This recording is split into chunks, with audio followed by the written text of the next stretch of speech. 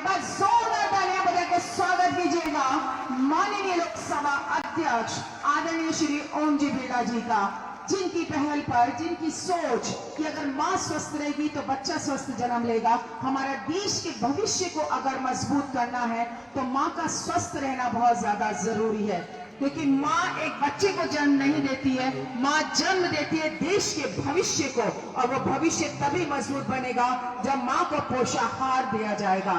उसी को आधार बनाते हुए माननीय लोकसभा अध्यक्ष आदरणीय ओम जी बिरला जी की पहल पर ये सुपोषित मां अभियान का आरंभ यहाँ पर किया जा रहा है। सभी मां को यहाँ पर पर्याप्त मात्रा में ये पोषाहार किट यहाँ पर दिए जाएंगे।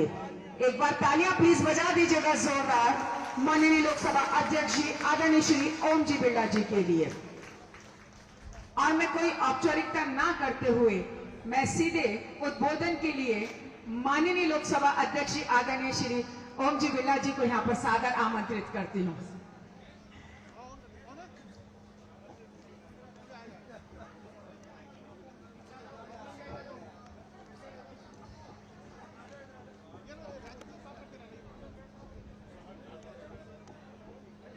सुपोषित मां अभियान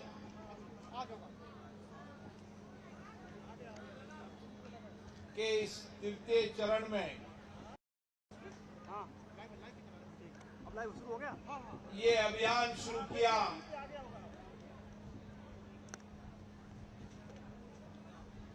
कि हर माता बहनों को स्वस्थ रखना और पौष्टिक आहार उपलब्ध कराना। इसी क्रम में यूट्यूब में चेक कर लो अपने फोन में। जब मैं आपके बीच में राखी के रक्षाबंधन के पर्व पर आया था तो मैंने सभी बहनों से कहा था कि हमारी सभी बहनें माताएं सुपोषित हो, और वही वादा पूरा करने आज यहां पर आया हूं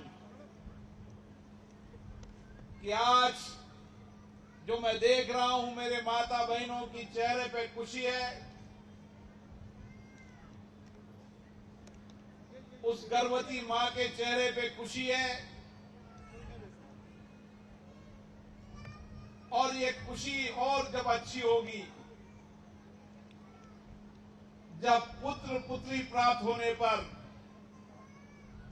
वह भी स्वस्थ होगी और पुत्र पुत्री भी स्वस्थ होगी। और इसीलिए गर्भवती महिलाओं को पौष्टिक आहार मिले, विटामिन और जो हमारे देशी भोजन बनाने के जो हमारे मोटे अनाज हैं, जो मोटे अनाज पौष्टिक हैं। दुनिया के अंदर अब मोटे अनाज का प्रचलन खाने में चल गया है, और भारत ने शुरुआत की है और दुनिया के देश भी मानने लगे ये मोटे अनाज सबसे पौष्टिक भी होते हैं और उसमें विटामिन भी सबसे ज्यादा होता है। और इसीलिए हमारी मां बहनें जब घर पर लड्डू बनाती है या गर्भवती महिलाएं कुछ खाने का आहार बनाती है, उसमें विशेष रूप से हमारे चलन के मोटे अनाजों को उपयोग करती है ताकि वह गर्भवती महिला स्वस्थ रहे और उसके आने वाला बच्चा भी स्वस्थ रहे। और हमारा संकल्प यही है कि कोटा बूंदी संसदीय क्षेत्र के अंदर जो भी गर्भवती महिला है वह भी स्वस्थ रहेगी और उनके होने वाला बच्चा भी स्वस्थ रहेगा। यह हमारा संकल्प है, और इन संकल्प को पूरा करने के लिए मेरी माता बहनों का आशीर्वाद है और उस समय मैंने रक्षाबंधन के टाइम मेरी सभी बहनों से आग्रह किया था कि अपने अपने गांव में, अपने अपने ढाणी के अंदर, शहर के हर वार्ड के अंदर जो भी ऐसी गर्भवती महिला है जिसके पास पौष्टिक आहार की कमी है, उसको हम विभिन्न फाउंडेशन के द्वारा, अभी हमारे पास अमेरिकन इंडियन फाउंडेशन ने यहां शुरुआत की है, उनके डायरेक्टर साहब भी यहां पर आए हैं, हमारे युवा के डायरेक्टर साहब भी आए, जो अलग अलग क्षेत्रों के अंदर सामाजिक कार्य करते रहते हैं, समाज में लोगों के जीवन को बदलने के लिए, शिक्षा हो, स्वास्थ्य हो, उस विषय पर काम करते रहते हैं। अभी कोटा बूंदी के अंदर 6000 से ज्यादा महिलाओं को इस तरीके का पौष्टिक आहार दिया जा रहा है। केवल पौष्टिक आहार नहीं दिया जा रहा, इन महिलाओं को पौष्टिक आहार के साथ एक डॉक्टर की टोली नियमित रूप से हर महीने इनकी जांच करेगी। जांच के अंदर अगर खून की कमी, कोई विटामिन की कमी, अगर किसी की कमी आई तो उसका सप्लीमेंट्री और देने का प्रयास किया जाएगा। जहां सप्लीमेंट्री पौष्टिक की आहार होगी, पौष्टिक दिया जाएगा। जहां सप्लीमेंट्री दवा की आवश्यकता होगी, वहां दवा दी जाएगी। और खून की कमी होगी तो खून भी उपलब्ध कराया जाएगा, ताकि हमारी हर बहनें स्वस्थ रहे। हर महीने अगर उनकी जांच होगी, जांच रिपोर्ट का कार्ड नियमित रूप से मॉनिटरिंग होता है कि इस महीने उस गर्भवती की जांच में क्या कमी पाई गई थी, और उसके बाद 1 महीने तक उनको आवश्यक दवाइयां, नया पौष्टिक आहार उपलब्ध कराया जाता है। अगर उसके बाद भी और कुछ कमी पाई गई तो डॉक्टर से सलाह लेकर और विटामिन डी, विटामिन की जो आवश्यक गोलियां हैं, जो डॉक्टर परामर्श करता है, महिला डॉक्टर परामर्श करता है, उसको और देकर हम चाहते हैं कि हमारी हर मां स्वस्थ रहे और उसका बच्चा भी स्वस्थ रहे। भारत के प्रधानमंत्री नरेंद्र मोदी जी का जन्मदिन 17 सितंबर को है। हम सब उनके जन्मदिन पर उनकी दीर्घायु और इसी तरीके का विश्व में नेतृत्व करते रहे। आज G20 का नेतृत्व भारत ने किया।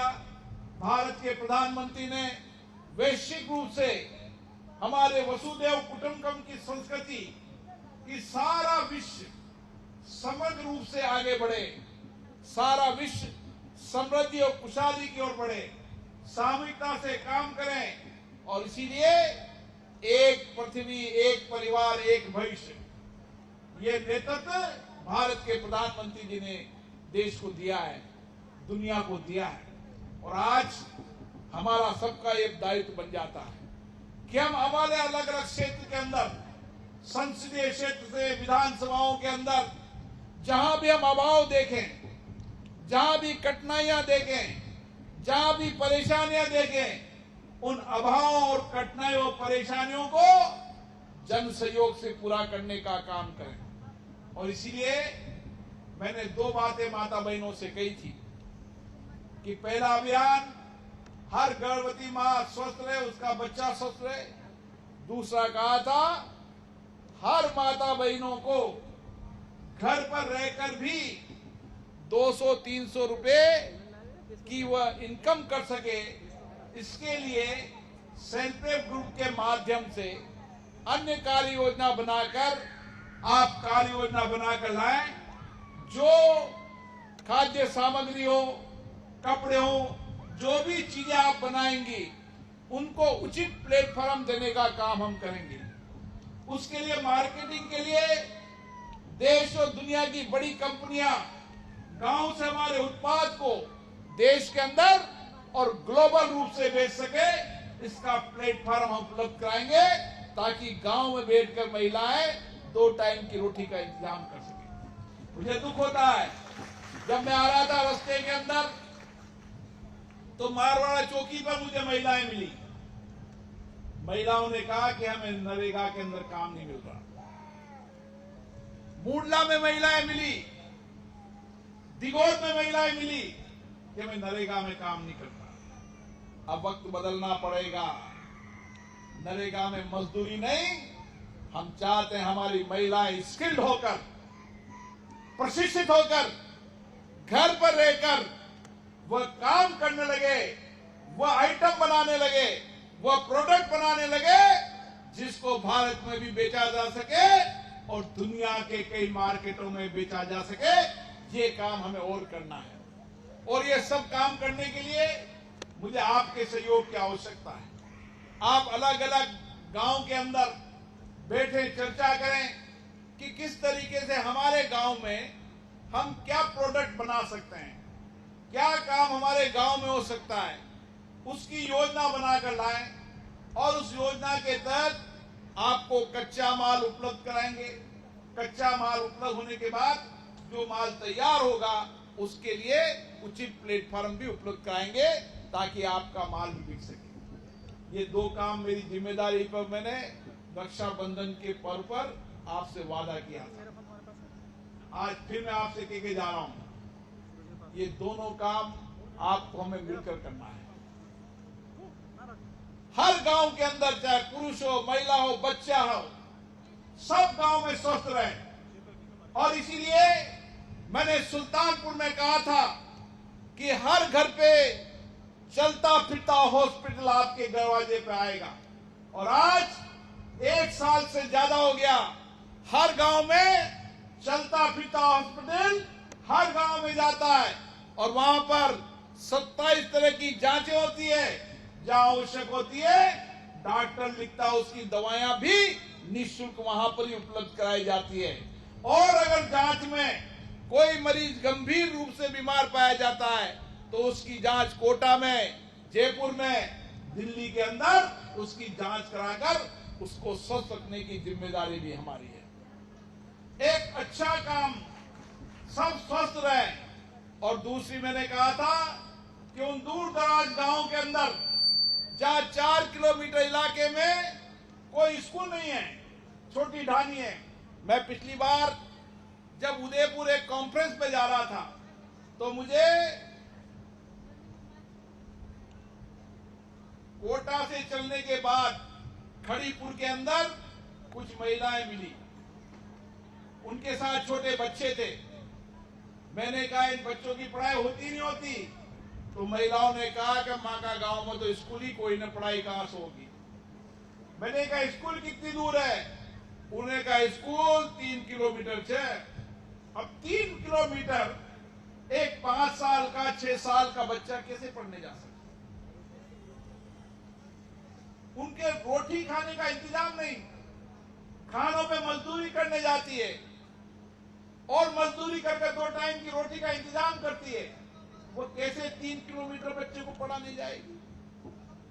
और मैंने उसी समय फैसला किया था कि ऐसे गांवों को चिन्हित करके हम उस दूर दराज के इलाके के अंदर जहां स्कूल बच्चा नहीं जा सकता, उसी ढानी के अंदर अगर पढ़ा लिखी महिला है और कोई नौजवान है तो वहीं इसको स्कूल खोलेंगे, कुछ प्रारंभिक पढ़ाई कराएंगे, फिर उसका स्कूल में एडमिशन कराएंगे ताकि वो गांव में पढ़ाई कर उसकी इच्छा हो कि मैं स्कूल जा सकूं और कैसे स्कूल पहुंचाया जा सकता है उसकी कार्य। इसका शुभारंभ 17 सितंबर को भारत के प्रधानमंत्री माननीय नरेंद्र मोदी जी के जन्मदिन से शुरुआत की जाएगी, क्योंकि भारत के प्रधानमंत्री जी का मन है कि समाज के अंतिम व्यक्ति के जीवन को परिवर्तन करना, समाज के अंतिम व्यक्ति को स्वस्थ रखना, समाज के अंतिम व्यक्ति को शिक्षित बनाना, संस्कारित बनाना, दक्ष बनाना, ताकि दुनिया के अंदर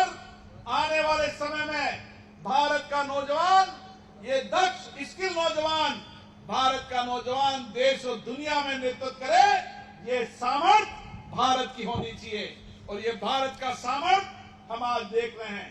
आज बदलते भारत की तस्वीर हम देख रहे हैं। आज दुनिया भारत की ओर देखती है, भारत के प्रधानमंत्री की ओर देखती है। ये ताकत हमने पैदा की 140 करोड़ जनता के आशीर्वाद से प्रधानमंत्री जी को हमने ताकत और शक्ति दी है। साथियों और माता बहनों, मैं आपसे पुनः आग्रह करना चाहता हूं, मेरे कुछ नौजवान भी खड़े हैं, हम सबको इस देश को आगे बढ़ाना है, विकसित बनाना है, समृद्ध बनाना है, तो हम सबको अपना अपना दायित्व निभाना होगा।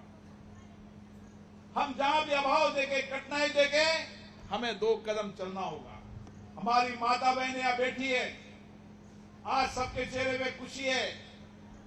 हर महीने उनको 9 महीने और 1 महीने और 10 महीने तक ये पौष्टिक आहार मिलेगा, मेडिकल जांच होगी। आप भी गांव-गांव में जाएं, ऐसी गर्भवती महिला हो जिसके पास भोजन का इंतजाम नहीं हो, दवा का इंतजाम नहीं हो, इलाज का इंतजाम नहीं हो, हमसे संपर्क करें, हम उनका इलाज भी कराएंगे, उनके भोजन का पौष्टिक आहार का भी उपलब्ध कराएंगे, मेडिकल जांच भी कराएंगे, ताकि हमारी आने वाली पीढ़ी स्वस्थ हो। और मैं आपको कह जा रहा हूं, ये कार्यक्रम 2 साल पहले हमने शुरू किया था, उस समय 1000 महिलाओं से शुरू किया था, और 1000 महिला गर्भवती महिलाओं के जब बच्चे हुए और उनको मैं मिला, तो एक भी बच्चा ऐसा नहीं था जो अस्वस्थ हो। हर मां स्वस्थ और बच्चा स्वस्थ। और उस दिन मैंने दिल्ली के अंदर कहा था कि अगर सभी सांसद अपने अपने इलाके के अंदर इस अभियान को शुरू करें, तो जो देश के अंदर शिशु मृत्यु दर, मातृ मृत्यु दर है, उस शिशु और मातृ दर को हम सबसे कम लाकर दुनिया को एक दिशा दे सकते हैं कि इतनी बड़ी आबादी में हम शिशु मृत्यु दर में सबसे कम है। और ये जब ही पूरा होगा जब सबको मिलकर काम करना होगा। सबसे अभाव में देखो, हमारे आंगनबाड़ी की आशा सहयोगिनी कार्यकर्ता कितनी मेहनत करती है। वो देखे गांव-गांव में जाकर, इसके घर पे ये कमी है, ये इलाज नहीं करा पा रही, इसको आने में दिक्कत है, इसके बाद दवा का पैसा नहीं है, इसको खून की जरूरत है, खून नहीं उपलब्ध करा पा रही, वो हमसे संपर्क करें। हर गांव के अंदर पंचायत में 2-3 महिलाएं, जैसे दादी नानी होती थी ना, वैसे दादी नानी बन जाए सारे गांव की रक्षा करने का। और उनका टेलीफोन नंबर हमारे पास हो, ताकि हम एक आपस में संपर्क बना सकें। और मेरी तो इच्छा ये है कि आने वाले समय के अंदर आप सबका आशीर्वाद रहा तो कोटा बूंदी संसदीय क्षेत्र में हर माँ भी स्वस्थ होगी और बच्चा भी स्वस्थ होगा।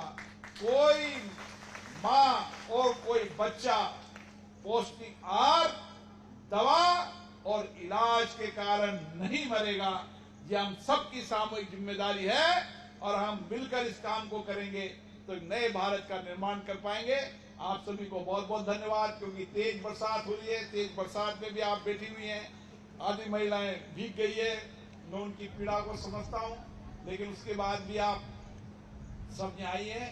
आपके हर महीने मेडिकल की जांच होगी, आपके पास टेलीफोन नंबर आपका सही देना, ताकि हर महीने आपकी मॉनिटरिंग होगी, और कोई भी कमी होगी तो जो टेलीफोन करने वाले हैं उनको आप बता देना, ताकि वहाँ एम्बुलेंस भेजकर जो भी व्यवस्था होगी वो करने का काम करेंगे। आप सभी को बहुत बहुत धन्यवाद। धन्यवाद। कहते हैं ना कि पूरी धारा भी साथ है तो कुछ बात है, पूरी धारा भी साथ है तो कुछ बात है, पर तू जरा भी साथ है तो कुछ और बात है। चलने को तो लोग एक पैर से भी चला करते हैं, पर अगर दूसरा पैर भी साथ है तो कुछ और बात है।